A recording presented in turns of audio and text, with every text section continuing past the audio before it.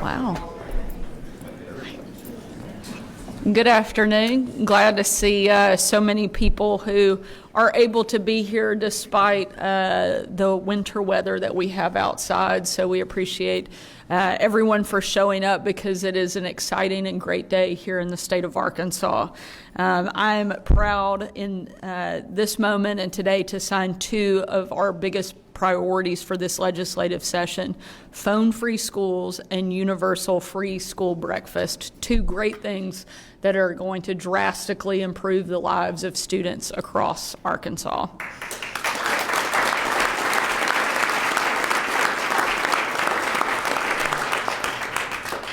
I want to thank Senator Dees, Senator Dismang, Senator Tucker, Representative Eubanks, Representative Gramlich for their leadership on these key issues. Without them and without their dedication to getting this done, we wouldn't be here today and have the opportunity to sign. And thank you to Secretary Oliva and the Department of Education officials, advocates from all over the state who have been pushing and helping us get this done. And of course, to all of our legislators who are here in the room and who have been here all week. And we thank you for fighting through the winter weather and continuing to work, not just on this legislation, but on so many key things that have taken place over the course of the last several weeks. So thank you for each one of you. As you know, hunger and mental health affect every single community, every district in the state, bright red or deep blue. These are bipartisan issues, and I'm proud that we were able to address them with bipartisan support. On childhood hunger, I want to share the story of a woman who has the rare perspective of seeing both sides of the issue. Tabitha Ellis is a school cafeteria worker in Monticello. Because of her job, Tabitha serves a lot of kids who receive free school breakfast and lunches. Free lunches that wouldn't be possible without the work of our legislature last session. But Tabitha is also a mom to 5 kids. Last summer, she was waiting in line at an Arkansas Hunger Relief Alliance bulk food giveaway. One of the staff members that was working noticed that Tabitha kept looking at her watch. So she went up and asked Tabitha, "Why do you keep checking your watch?" She told her that she had a doctor's appointment at 10:30. The staffer checked the time and that it had already come and gone past 10:30. She told Tabitha, but she looked up and told her that they had cut her husband's hours and his check was short this week. If she did not get that food, she didn't know how her family was going to make it. Luckily, Tabitha was not only able to get her food that day, but also see her doctor. Unfortunately, her story isn't unique. There are hardworking, employed Arkansans across our state, without free lunches, without programs like summer EBT, would literally not be able to put food on their tables. We're here today to give them just a little bit of extra help. In my State of the State, I called on this legislature to send me a bill that uses medical marijuana money to make both summer EBT and our free lunch and breakfast programs financially sustainable for years to come. Shortly, I will sign that bill into law.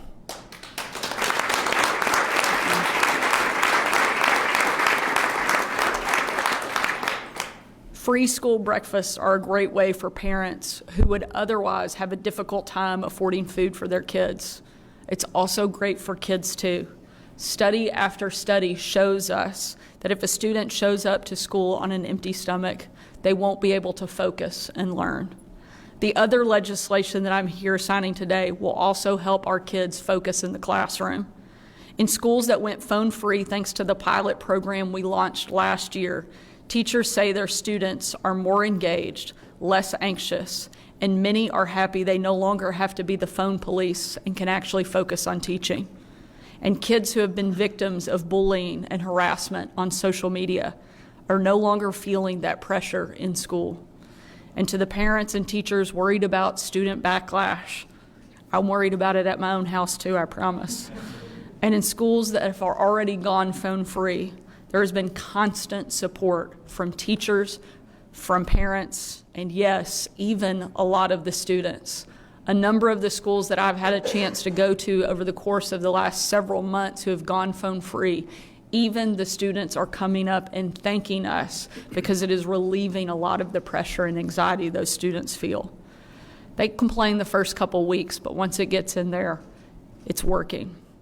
Education is all about making sure every student has opportunity, and free school breakfast and phone-free schools make Arkansas even better for Arkansas students.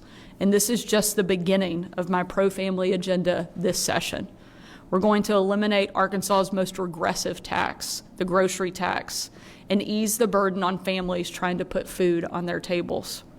And my top priority this session is for Arkansas Access, our plan to make higher education accessible to any Arkansan who wants it right after they graduate high school or many years down the line. We will have a productive session helping families here in Arkansas live their very best lives. We want to make sure that every single person growing up here can call this the best place possible to live, to work, and to raise their family. And I know with your help, we will certainly achieve that. And these two bills today get us just one step closer. I want to again thank the many people who worked so hard to get these bills across the finish line. I'll let some of the key sponsors speak, and then we will sign this legislation. I'm going to turn it over to Senator Dees, who has been absolutely instrumental in getting the phone-free school piece of legislation across the line and helping us in many, many areas similar to this. And don't worry, the fights on this one are just beginning. So I'm glad to know we have one of the best advocates possible who comes to this from a personal standpoint as well as a legislator. And so with that, thank you for being here today. Thank you for each one of you for caring so much about our Arkansas students. And with that, I'll turn it over to Senator Dees.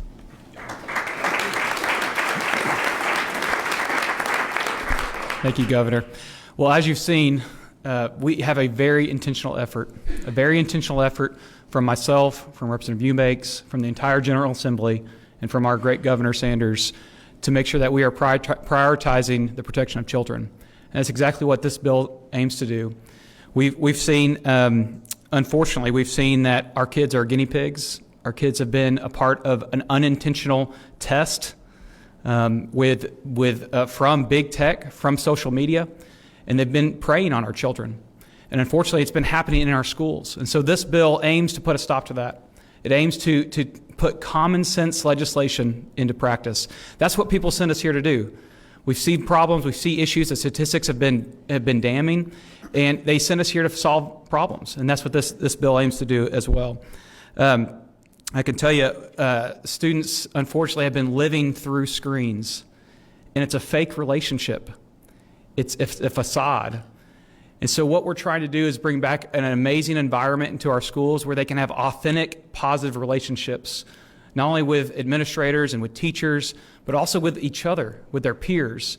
We want the beauty of an authentic relationship to be their experience and not living through a screen or a cell phone or a personal device.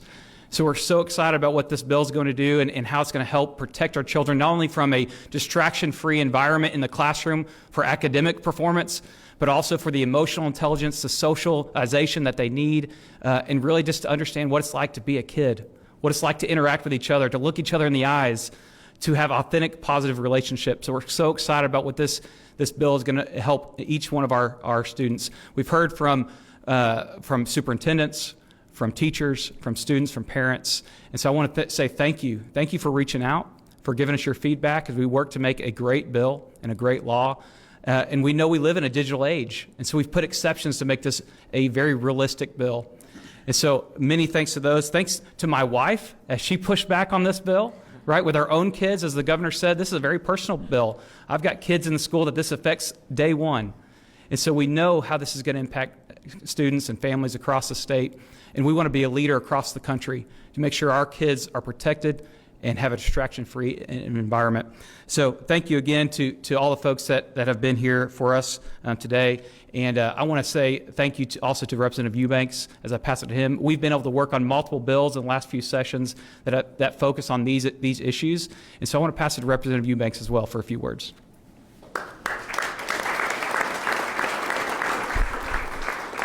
Well, I knew it would be a few words because Senator Dees went first, but it's an honor to be a part of this legislation. We had the focus on this bill was twofold. Number one, we wanted to do everything we could to improve educational outcomes, and we also wanted to do things to address the mental and emotional health of our young people.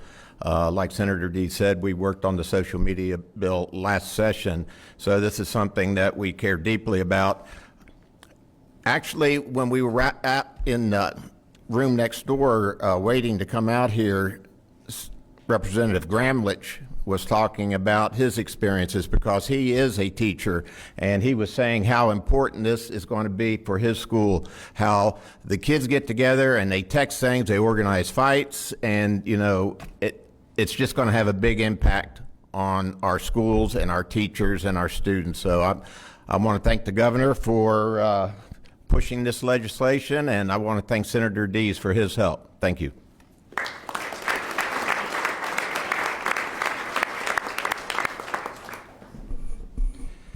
I'm a poor man's Jonathan Dismang standing in for Senator Dismang here today. 2 years ago, as you all know, we passed the bill to eliminate the copay for reduced price breakfast and lunch. And we had events out in the state after that to see the impact. And I heard a story I wanted to share also from Monticello, actually, Governor. There's an outstanding school nutritionist in Monticello, and she said after the school year started, in the 23-24 year, she got a call from a mom. This is in late August. And she said, how much money do I have in my account? I have 2 boys in elementary school. I don't have enough to pay for lunch, I know. Do I have enough to cover breakfast until September 20th? And she said, you have $20 in your account. And she said, well, that lasts until September 20th. That's the next time I get paid. And this was late August. And she said, well, let me check. And she said, actually, you can have your $20 back, and your boys can eat breakfast and lunch for the rest of the school year and the rest of the time they're in school in Arkansas. And you think about the impact that has on that family. And the legislation we passed 2 years ago had that impact on 49,000 families in Arkansas. Because we know that hungry kids can't learn. We know that. But beyond that, we also know hungry kids miss more school. Hungry kids make more trips to the school nurse.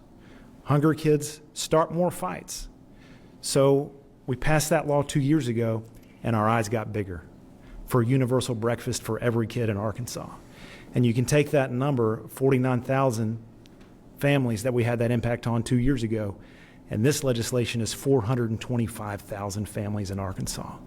A truly monumental impact to make sure that no kid in Arkansas will be hungry when they attend school.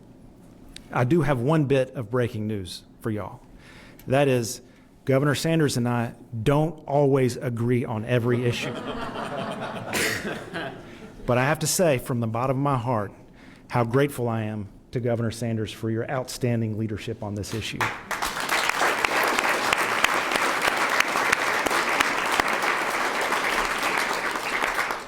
Before she was elected, she talked. She focused on reducing food insecurity in Arkansas, and she has kept that promise for the people of Arkansas. And I can tell you, with both of these bills, 2 years ago and this year with the universal breakfast, when we wrote the legislation at first, we left the funding open-ended. And Governor Sanders said, that's not good enough. We have to have concrete funding to make sure that these programs are funded. So she stepped up to make sure that happened.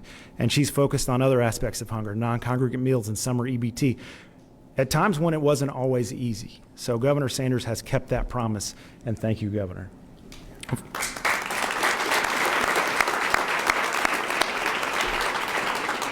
Of course, we know we couldn't do it without the legislative branch as well. I want to single out my friend Jonathan Dismang, who has provided truly exemplary leadership on both of these bills, each of the last 2 sessions, along, of course, with Representative Gramlich, Representative McCullough, and 2 years ago, our friend Representative Vaught. We have over 80 co-sponsors 2 years ago, over 80 co-sponsors this year on universal breakfast, because we have a universal commitment, bipartisan, every corner of the state, to make sure that when our kids are in school, they will not be hungry. So I want to thank my colleagues in the legislature for making sure, along with the governor, that we're going to take food insecurity in Arkansas from the bottom and we're going to go to the top. And with that, I'm going to turn it over to my friend Representative Zach Gramlich.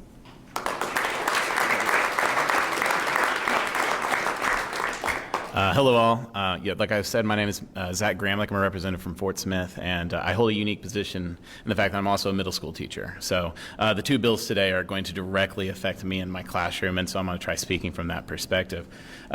Representative Eubanks spoke a little bit about what I said from the floor, and I'd mentioned on Thursday, I've supported the bill, how we had kids who would organize fights and get in fights in the bathroom and video and put them online. And I told some friends at school what I talked about, and like, oh yeah, no, some sixth graders did that yesterday. So the day I talked about it, they were doing it. Like, this is going to affect things directly. As far as universal breakfasts, you know, like, I see my kids. I see kids come in who are hungry. Maybe they missed breakfast or you know, whatever. And what they do is they come in and they lay their head down, and they don't learn. They're just waiting for lunch. You know, this is going to directly affect those kids, and we're going to be able to get kids engaged. We're going to get kids learning, and we're going to get them on a pathway to success. So thank you, Governor. You're affecting my classroom in the most positive way today. So thank you for everything we're doing, and thank you for colleagues for helping me be a better teacher.